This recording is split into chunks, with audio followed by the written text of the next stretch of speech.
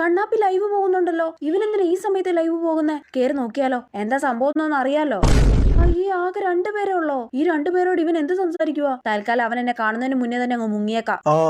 വന്നല്ലോ. അയ്യോ, കണ്ട് ലൈവില് ജോയിൻ ചെയ്യാനുള്ള റിക്വസ്റ്റ്. ഈ 2 പേര് മാത്രമുള്ള ലൈവിൽ എന്നെ ആഡ് ആക്കിയിട്ട് ഞാൻ എന്ത് പറയാനാടാ? ഇതില് നല്ലത് നിനക്ക് വാട്സ്ആപ്പ് ഗ്രൂപ്പിൽ മെസ്സേജ് അയക്കുന്നതല്ലേ. നീതുമോൾ ഒന്നും മിണ്ടുന്നില്ലല്ലോ. ഹലോ നീതുമോൾ. ഓ, ഒരു ഹായ് ഇട്ട് കൊടുത്തേക്കാം. ഹായ്ഡാ.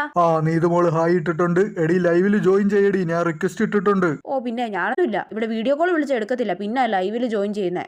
അവിടെ ഉണ്ടടാ, അവിടെ ഉണ്ട്. ഓ, അവന്റെ ഒരു ജാട കണ്ടില്ലേ? ചുമ്മാ ബാക്ക്ഗ്രൗണ്ടിൽ ഒരു പാട്ട് വിട്ട് വായിൽ ബബിൾക്കോം ചവച്ച് അപ്പുറത്തെ സൈഡിൽ ആരോടോ സംസാരിക്കുന്ന പോലെ അങ്ങ് അഭിനയിക്കുക. ഈ ലൈവ് പോകുന്നവരുടെയൊക്കെ സ്ഥിര അടവുകളാ ഇതൊക്കെ. അവന്റെ കൂളിംഗ് ഗ്ലാസ് വെച്ചുള്ള ഇരിപ്പ് കണ്ടാത്തൊന്നും അവൻ വലിയ സിനിമാ നടനാണെന്ന്. ആരും മിണ്ടുന്നില്ല. എന്തെങ്കിലുമൊക്കെ പറയൂ ഗൈസ്. ഒഞ്ഞു പോയടാ, അതൊക്കെ ലെഫ്റ്റ് അടിക്കാം. നീതുമോള് പോയോ? അയ്യോ, പിന്നെ എടാ, പിന്നെ വരാവേ, ഞാൻ കുറച്ച് ബിസിയാ കേട്ടോ. ബൈ. തിരിച്ചെന്തേലും പറയുന്നതിന് മുന്നേ ലെഫ്റ്റ് അടിച്ചേക്കാം. അമ്മേ, രക്ഷപ്പെട്ടു.